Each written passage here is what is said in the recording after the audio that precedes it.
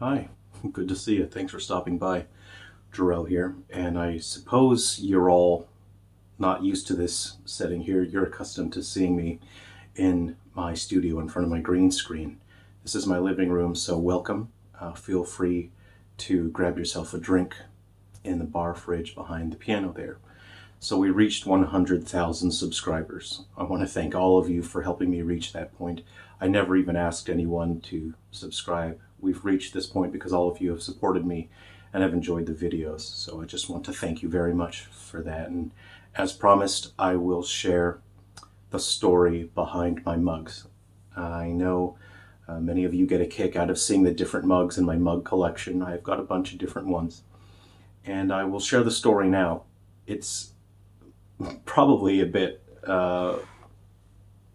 darker and a bit more serious than you would anticipate and expect. And I did promise I would tell the story. I would explain the mugs when we reached 100,000. And to be honest, it's not a topic that I really wanted to talk about and discuss. And I honestly didn't really think we would ever get to 100,000 here, but here we are. So to stick to my word, I will now share with you the story behind the mugs. So I have quite a few in the collection. I will share the entire collection in a video, but there's one mug in my collection that you will never see me drink out of. And that mug is this one here. And this is the most precious and valuable mug in my collection. It's got a wolf howling at the moon. It's got a quote at the bottom. It's got a cool wolf there. I'll read the quote that is here. It says, "Keep looking towards the horizon and you will see the world not as it is, but as it can become." And that's what it says here along the bottom. And this is my most important mug. I only ever drink out of this mug one day out of the year, and one day only. And today is not that day. So I'll explain a little bit more about that, but I guess now would be the right time to share this framed photo. This is a photo of me and a dear friend named Buzz. This photo's from such a long time ago. And Buzz was a great friend to me and an important part of my life. He was a huge influence on me. He lived up in Coeur d'Alene in Idaho, and that place is quite important to me. It's was an important part of my life, but things change. Things happen as you go through life. I want to ask you this: can you think of a date in your life where you can pinpoint exactly where you were and you can remember basically everything about that day? And you can recall it with so much clarity. For me, that day is August 3rd, 2016, specifically at 8:15 p.m. Now, leading up to that day, my friend Buzz had been going through cancer treatment, and he had ups and downs, and I'd gone and spent time in Idaho to support him and help him. He lived up in the mountains, and he had close friends there that were basically family, and they took me in, and they were basically my family as well. And for about a year leading up to August, I would call Buzz on the phone quite regularly, and he would tell me about the cancer treatments, and he would say, it's going good, son. It's going all right, son. All things are getting better. I'm getting better. Things are going well. Then one night I called him. We talked a little bit, and then suddenly he just said, "Well, son, the treatments haven't been going that well, and I only have until the end of the year." And it was just like getting all the wind knocked out of me.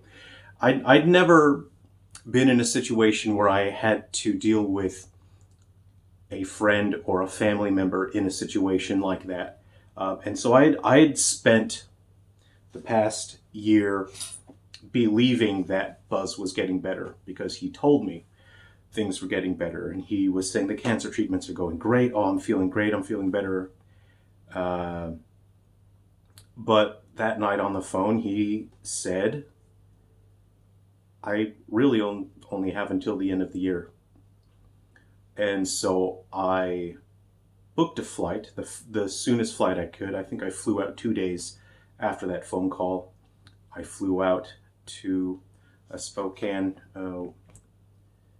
airport, and our friends that were our family drove me up, and it was a difficult drive from the airport back to Buzz's house because I didn't know what was going to happen. I didn't know what state he was going to be in.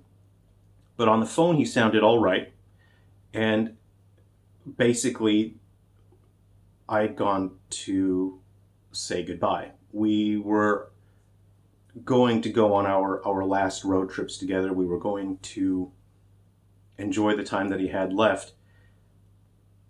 And he sounded all right on the phone. He sounded like he had a decent amount of energy, and we were going to be able to drive around and eat good food and see places and go on road trips.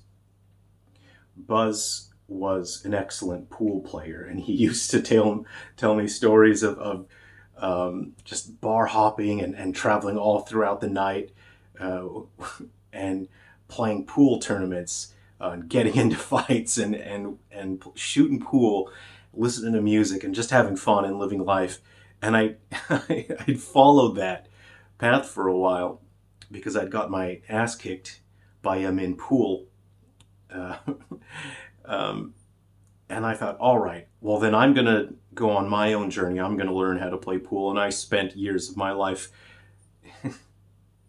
having fun and bar hopping and just shooting pool out in the country dive bars and just having fun and hanging out with strangers. And I always promised him, hey, Pops, I'm going to come back home, and when I'm home, I'm going to be real good at pool, and I'm finally going to beat you in a game of pool. And I promised that. I said, look, I'm going to get real good, and I'm going to shoot some pool with you, and I'm going to beat you. I'm genuinely going to be good. But by the time I got back to spend time with Buzz,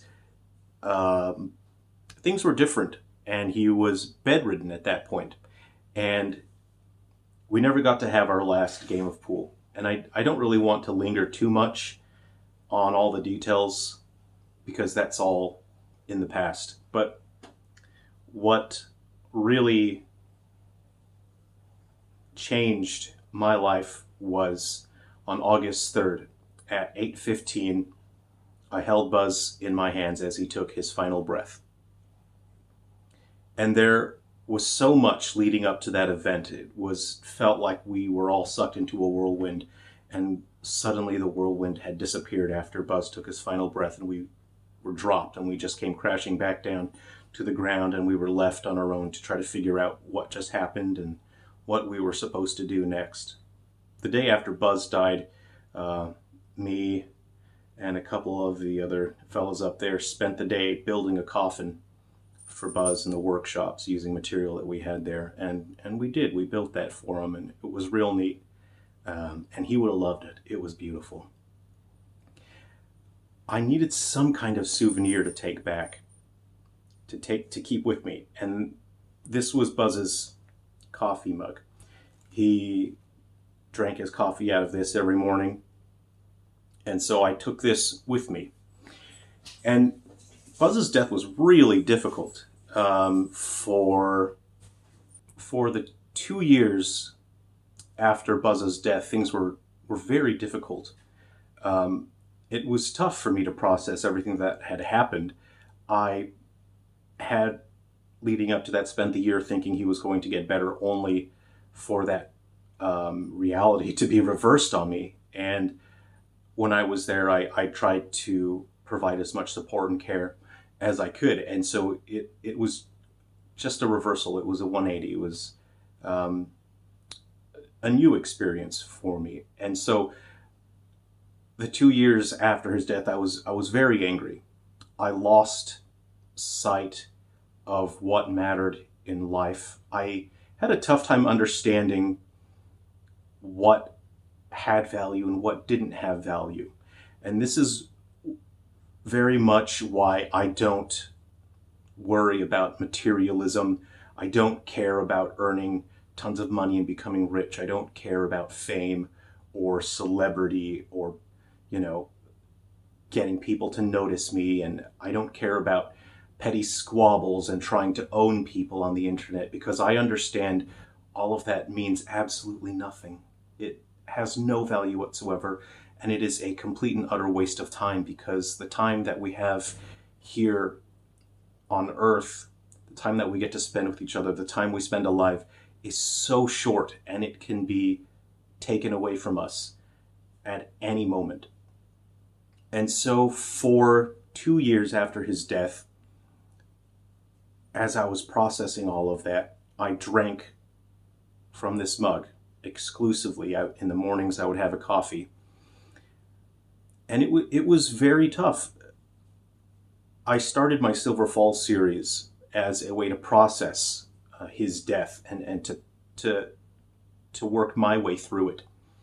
And I was hoping that if I do find my way through this, that through the story of my Silver Falls games, I would be able to help other people find their way through difficult moments in their lives like that. And so that's very much what serves as the core themes in my early Silver Falls games.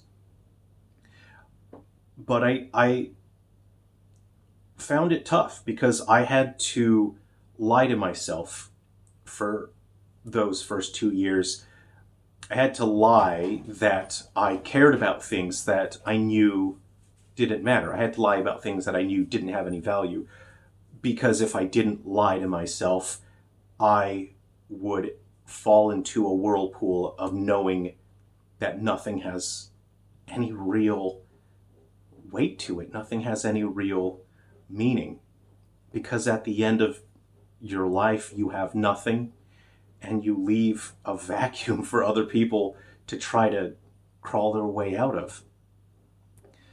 And after about 2 years, I understood that it was not a good way to live. It was not healthy to live that way.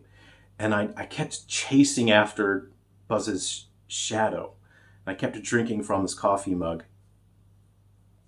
And I made a decision one day, and I said, I'm not going to drink from this anymore. I'm going to set it down, and I'm going to have my own mug, instead of trying to chase after his shadow, instead of trying to understand him and hang on to the past without being able to process it in a healthy way. I said, that's it. I'm going to find my own mug. And I need to find a way to live my own life, to find my own answers, to find my own path.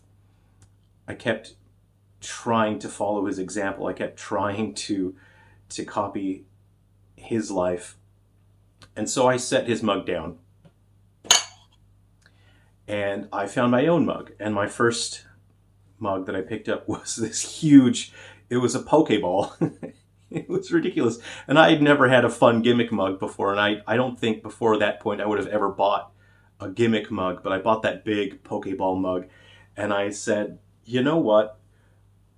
Because I stopped caring about video games, I understood this is just a waste of my time. It doesn't matter how many hundreds of hours I pour into these games. They're basically just a distraction for me. And whether or not I play them, I'm marching towards the end of my life.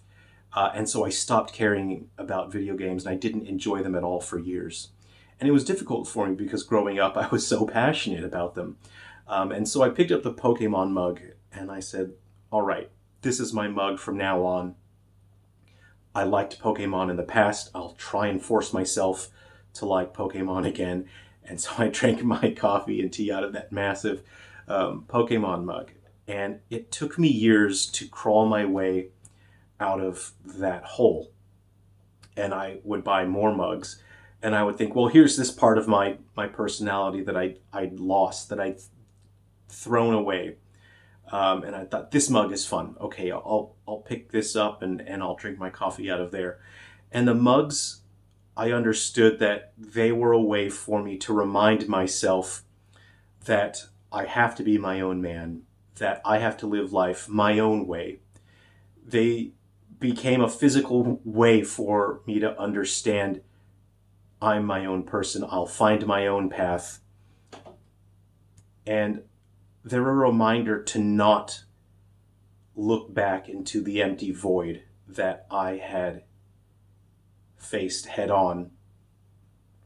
And I had walked up to the very edge of a cliff with my toes hanging over that very edge, gazing out upon the end of time, knowing that there was no way to step back, there's no way to turn around. Once you reach that point, you just have to keep looking forward and hang on for as long as you can, because one day you'll have to take that final step into the void. But until then, you've got to find a way to keep a smile on your face. You've got to find a way to stay positive, because there are people around you who will see you and will be influenced by you. And if you do not do something to bring something positive into other people's lives, then you've just made the world worse. You've made other people's lives worse. And so that is what the mugs are. That's what they mean to me, is to stay positive, to stay passionate about something, to believe in something, and to care about something. There's one other component to this mug here, and that is this really cool coaster. And this is extremely important to me. This, obviously, the mug sits on there. And the one day out of the year that I will drink from this mug is on August 3rd, the anniversary of Buzz's death. And one year, a couple years ago, I just was careless for half a second. This slipped off my table, it came crashing to the ground, and it shattered. And I was devastated, because this is Buzz's mug, this is Buzz's coaster, and I had just broken it. And so I spent hours just finding every last shard that I could find, and I was desperate that day to glue as much of it back together as I could. And I found almost all the pieces. I glued it all back together. And you might not even be able to see where it has broken, but it has been broken. And through hard work, through determination, I was able to put it back together again. But there are still cracks there, and when you take a close look, you will see the cracks. When you take a close look, you will see that pieces of it are missing. But it can still do its job. It can still be a coaster, but it has been broken in the past. And to me, this is my reminder that we are broken. As people, the longer we go, the more we go through life, the more we'll break. Life will take things away from us. Life will knock us off the table and we will shatter. And it is our job to scrounge around on the ground, to find as many pieces as we can, to glue as many pieces back together as we can of ourselves. And that even though we may look like we're just fine on the surface, even though we look like we're perfectly whole, we aren't. We are all broken in our own way. We've been shattered in our own way. And we're all just hanging in there. Many of us were just barely able to glue ourselves back together again. And even though you can't tell, that's just how it is. And it's a reminder for me to be kind and understanding of other people. Even though other people may be rude or aggressive or seem like total assholes, this reminds me that those people have been broken in their lives, and maybe they just need a little bit of glue to make themselves feel better. And I think kindness and understanding is the glue that people need to be just a little better to hang on for that much longer. And even though people look like they're totally fine and everything's just great, there are cracks, there are pieces missing, even if you can't see it from a distance. So that is the story behind the mugs. I hope you were able to take something away from that story and understand what it was all about. Thanks very much for watching, and I really appreciate you being here. Again, this YouTube channel is just a way for me to spend time with people, to hang out, to share some fun, some smiles, and some philosophy about life, to share the games that I'm working on, or music, or whatever. Take care, everyone. Be well. Have a great 2025. Take care of yourselves.